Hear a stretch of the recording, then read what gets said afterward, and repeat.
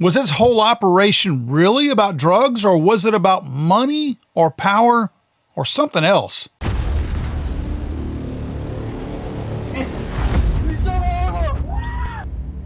Hey there, friends. Welcome back to another Legally Armed America video. I'm, of course, Paul Glasgow here, the one and only truth pimp, dealing you a vulgar display of logic and reason on a daily basis. I'm curious, we've been told the narrative, and who believes the first narrative that the government pitches to you anyway, but we've been told this is about drugs.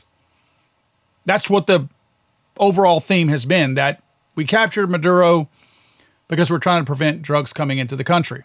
First, friends, I know you guys value freedom just like I do. That's why I'm attending the AOR Association Conference happening February 20th and 21st at the Mesa Convention Center in Arizona. You'll meet the legal team from AOR, you'll hear real-life self-defense stories, and you'll learn from some of the top firearms and de-escalation instructors in the country. I'll be there sharing my thoughts and opinions on AOR's Voices of 2A panel, as well as spending time with members over the lunch hour and throughout the event.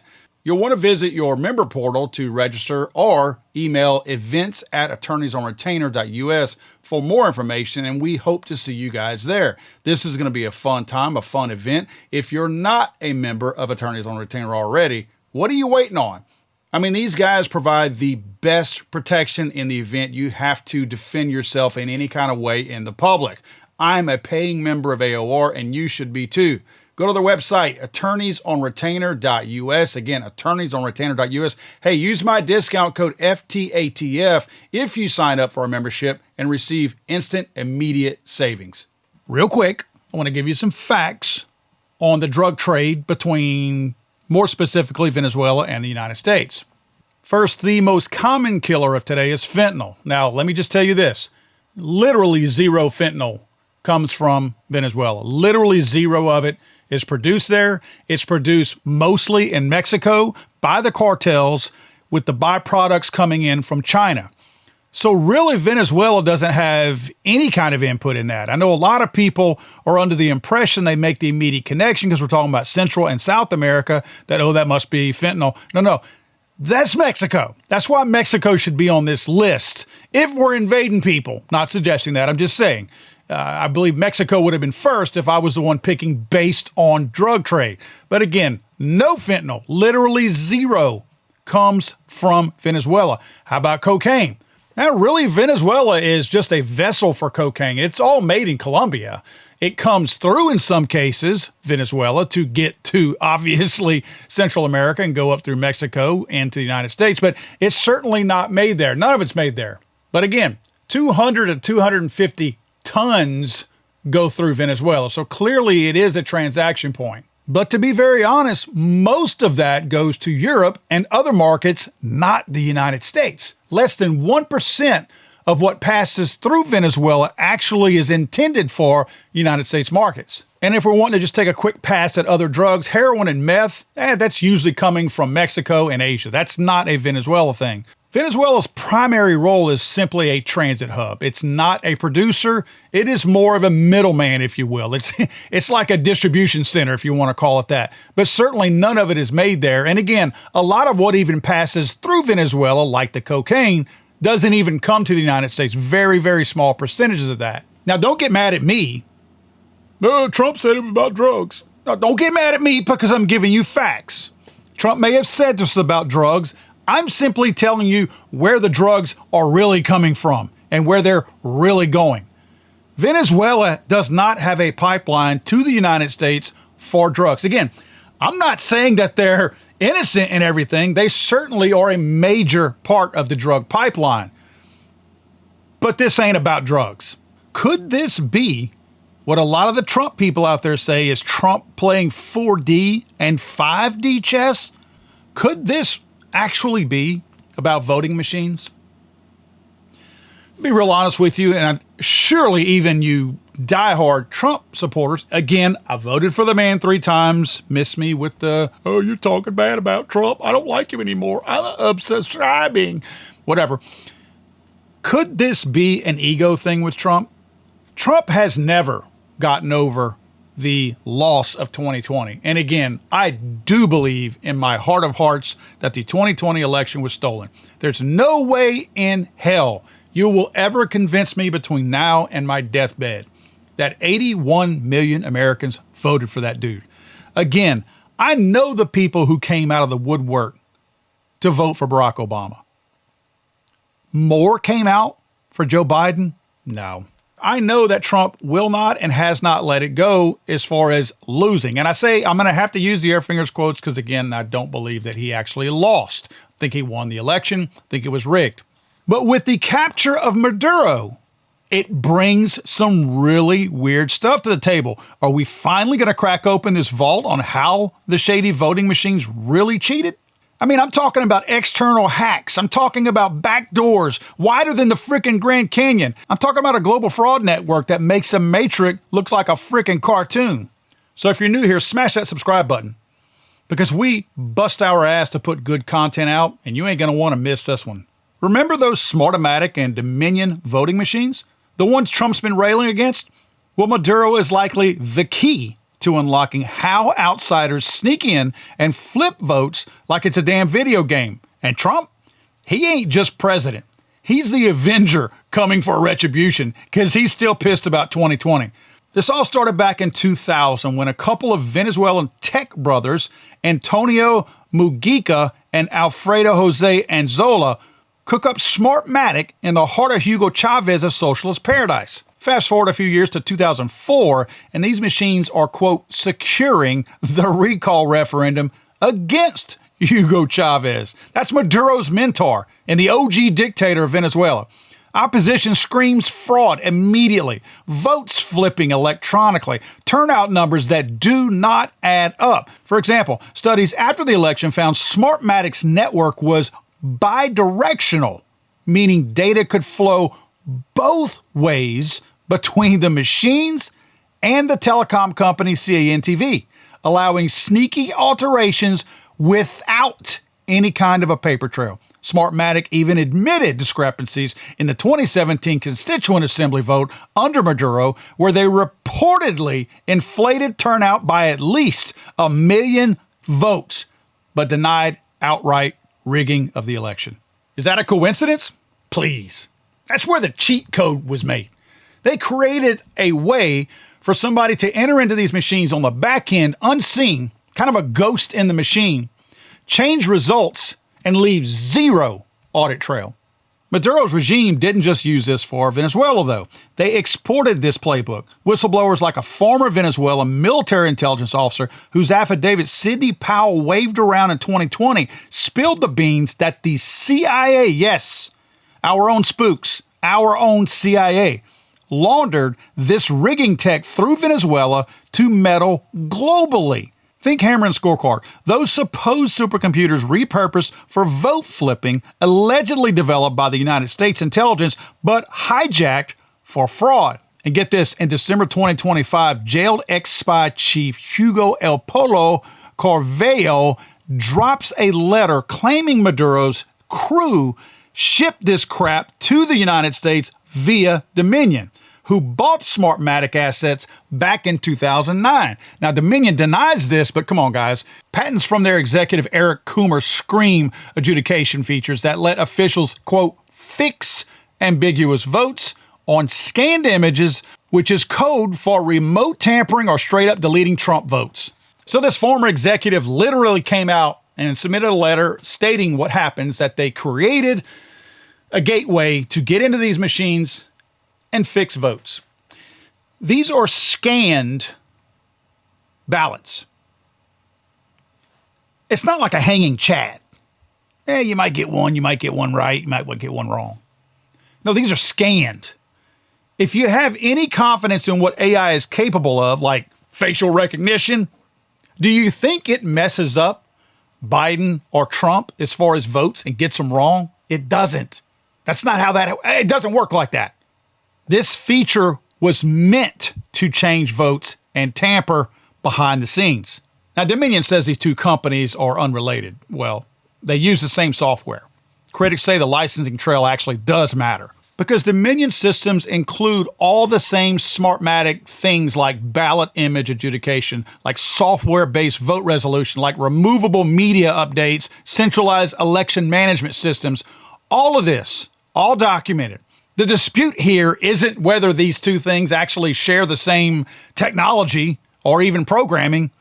The dispute here is whether or not it's being abused. Take Antrim County, Michigan in 2020. A so-called glitch flipped 6,000 Trump votes to Biden overnight, blamed on human error, but audits showed the machines could update logs post-election, hiding any of these types of changes. This was a built-in Trojan horse for tyrants, funded by us, U.S. taxpayers, while the deep state looked the other way and acted like they never saw this. And Smartmatic's recent indictments, in August 2024, a U.S. prosecutor nailed 3 executives, including Mugica for bribing Philippine officials with $1 million to snag contracts in 2016. No fraud alleged there, but it screams corruption that could extend to vote rigging blueprints.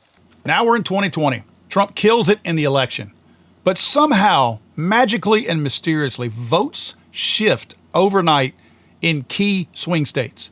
Sidney Powell, Rudy Giuliani, and Lynn Wood go nuclear, claiming that Smartmatic Dominion flipped millions from Trump to Biden. Specifics? Algorithmic vote shifts. Software that weighs votes fractionally, like 1.25 for Biden and 0.75 for Trump, to steal without stuffing ballots, as alleged in affidavits from data experts like Russell Ramsland. So you see, an interesting part of the vote stealing is not that the fact that you're counting specific votes and they go into a hopper for that candidate. It's the fact that how you value that vote. If you value every single Biden vote as 1.25, meaning 25% more of just a whole one vote, and set 0.75 for Trump, meaning his one single vote is valued at only 75%. Once you add all that up, all those decimal points matter, because one vote at 1.25 versus one vote at 0.75, even if only those 2 votes were cast, Biden would win the election. So by weighing these votes and valuing each vote as a separate value, again, Biden at 1.25 and Trump at 0.75, you could have the equal amount of votes at the end of the day, and Biden would still win by a landslide, because the value of each of his votes is so much higher than one value of a Trump vote. Now let's talk about that external access. Servers in foreign spots like Frankfurt, Germany, Belgrade, Serbia, or even Barcelona, Spain, hooked up via the internet despite what they call air gaps, meaning you can't tamper here. Whistleblowers say hackers from Cuba, China, or Maduro's pals dialed in through unsecured modems, tweaking tallies in real time. For instance, in Georgia, the Coffee County breach in January 2021 saw Trump allies like Sidney Powell's team copy entire election datasets from Dominion machines, revealing vulnerabilities where outsiders could access ballot images and change counts without any detection. And that's now part of criminal cases against folks like Rudy Giuliani. So in discovery, some of this stuff might come out. But again, it's got to go to court before you and I ever hear about this. So that's why you see a lot of these people settling out of court. More on that in a second. Now in Virginia, spreadsheets from Gateway Pundit claim that Dominion switched votes in multiple counties, showing impossible negative votes for Trump in places like Fairfax. And don't forget the Maricopa County audit in Arizona. Over 25,000 ballots with no serial numbers, duplicated votes, and machines that allegedly connected to the web via hidden Wi-Fi, allowing remote hacks. Where am I going with all this? Keep up with me here, guys. Maduro knows all about this. They created all this stuff. They created all these back doors and little entrapped ways to sneak into this software system. Maduro knows where the bodies are buried in the systems. They created it. He knows these hacks inside and out. His regime rigged elections in over 71 countries using this same technology. A global cartel of fraud, if you will. From the Philippines' 2016 mess where Smartmatic bribed officials to Nigeria's recent probes into hacked electoral databases tied to similar Venezuelan technology. Now, in the U.S., it hit swing states really hard. Georgia's own unsealed ballots showed watermark mismatches. Pennsylvania's USB drives vanished with 100,000 votes on it, all tied to Dominion machines with CCP-sourced parts from companies like Flextronics. Starting to see that Venezuelan Chinese kind of mix up here? Yeah, they're involved in it from the jump. Now, Trump's DOJ was looking into some of this stuff in November 2025, investigating how Maduro's crew allegedly helped rig 2020. And now with Maduro in custody, this guy's going to sing like a canary.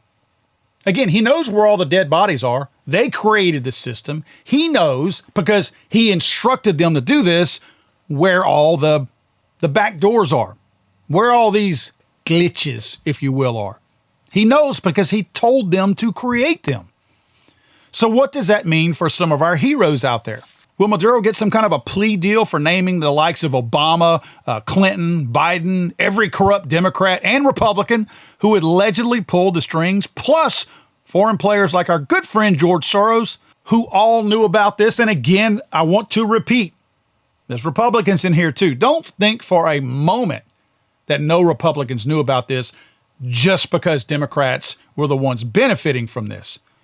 There's a lot of people to date that still talk positively about Trump, but who hate Trump behind the scenes. There are people who are on TV every single day with an R behind their name who speak, oh, Trump's doing this, Trump's doing that. I remember Lindsey Graham, who can't seem to get Trump's testicles out of his throat back in the day, bad-mouthing Donald Trump. So don't tell me that these people are all genuine about their love for Trump. Now, some people talked about this back in 2020, but they were effectively sued. Fox coughed up $787 million to Dominion in 2023. Newsmax shelled out $67 million to Smartmatic in 2025, but no cases made it to court. That's important. Some people are calling this hush money, that, oh, these people were paid off. And when you think paid off, why would they pay out that kind of money? Well, they're paid off because they took the money instead of a higher amount if they'd have gone to court. Why? Because they don't want discovery. They don't want this stuff coming out in court.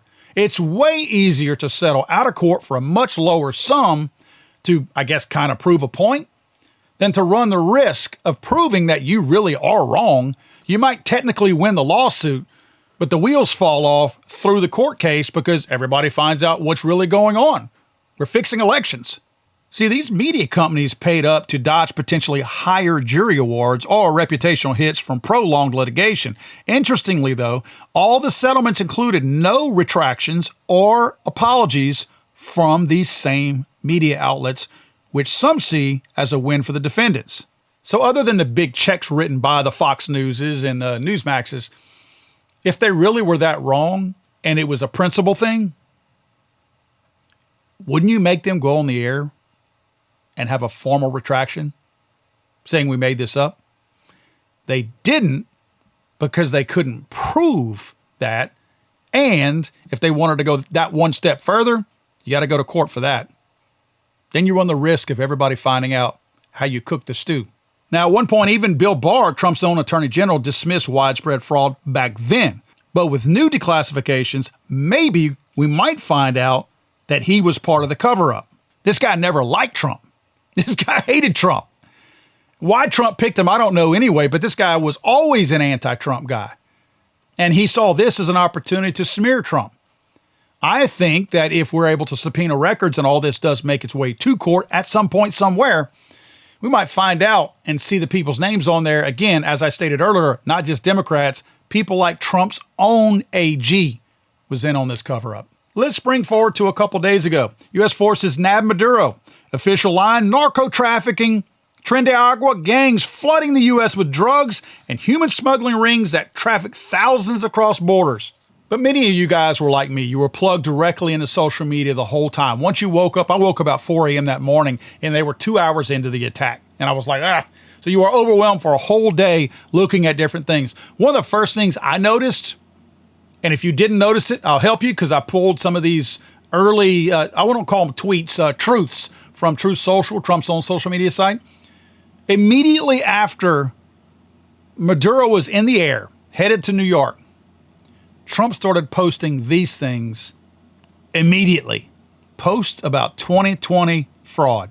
Affidavits from Venezuelan engineers now under U.S. protection. Forensic evidence from Arizona showing 300,000 invalid ballots.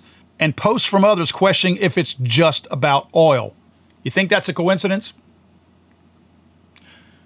Why would a person with an ego like Trump, who's just amassed a major victory, going in with a pinpoint precision attack, plucked out a international criminal like Maduro, flying him to New York right past the Statue of Liberty.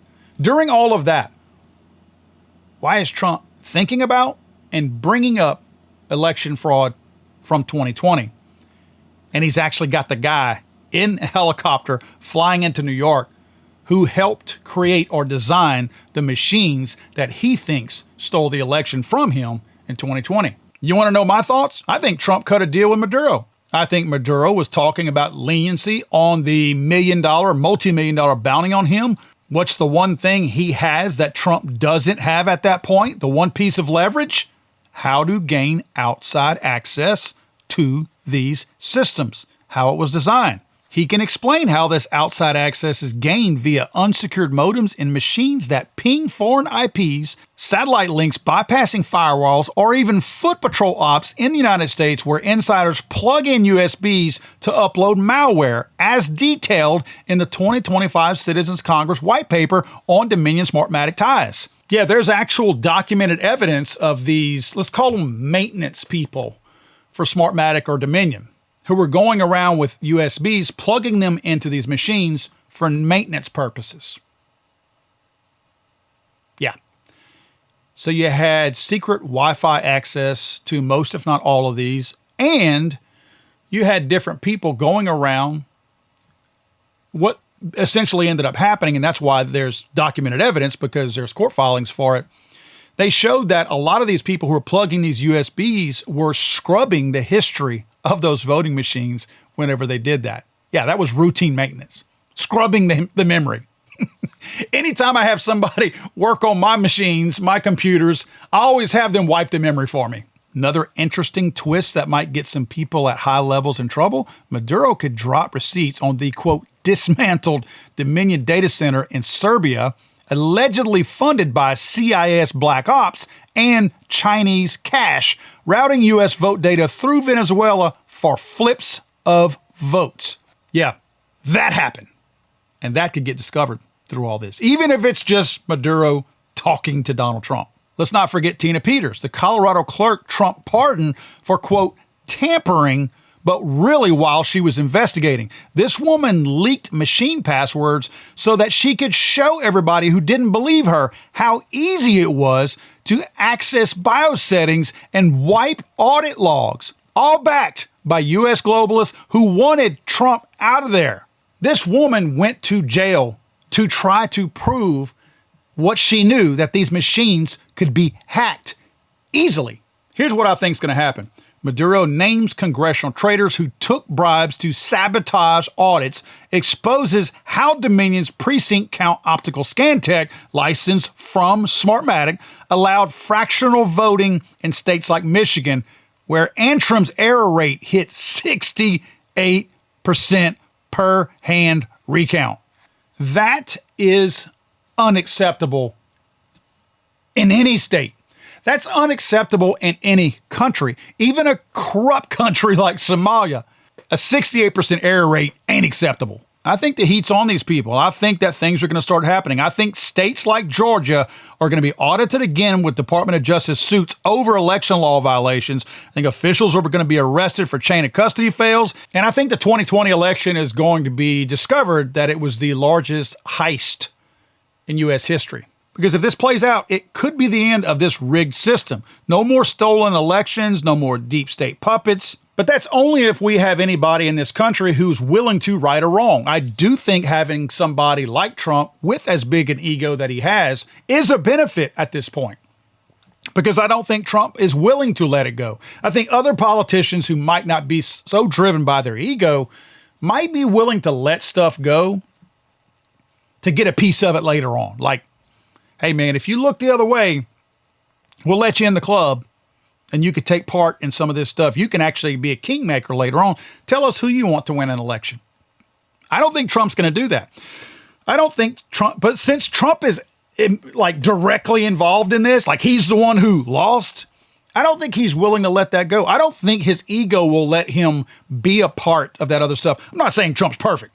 Don't get me wrong here. What I'm saying is, I don't think Trump can allow himself to go along with the fraud that he's probably going to find out about, because he's the one that came out on the short end of the stick. If it had been somebody else, maybe he's willing to look the other way, but I don't think he can let it go. What do you guys think? Is Maduro going to spill the beans on how these machines cheat, like how bidirectional networks let Chavez rig 2013, and how that was mirrored in the United States in 2020 with spikes at 3 a.m. when everybody was sleeping? Drop your wildest theories in the comment section down below. Let me know what you think. Am I completely out on a limb on this one, or am I actually using the facts provided to me to come up with a solution to what the hell is really going on? Don't forget, guys, if you're looking for a book to educate yourself and to educate the idiots out there who can't think for themselves regarding mass shootings, go to damnliars.net. Again, damnliars.net, and get my brand new book, Damn Liars. I'm sorry, I thought this was America.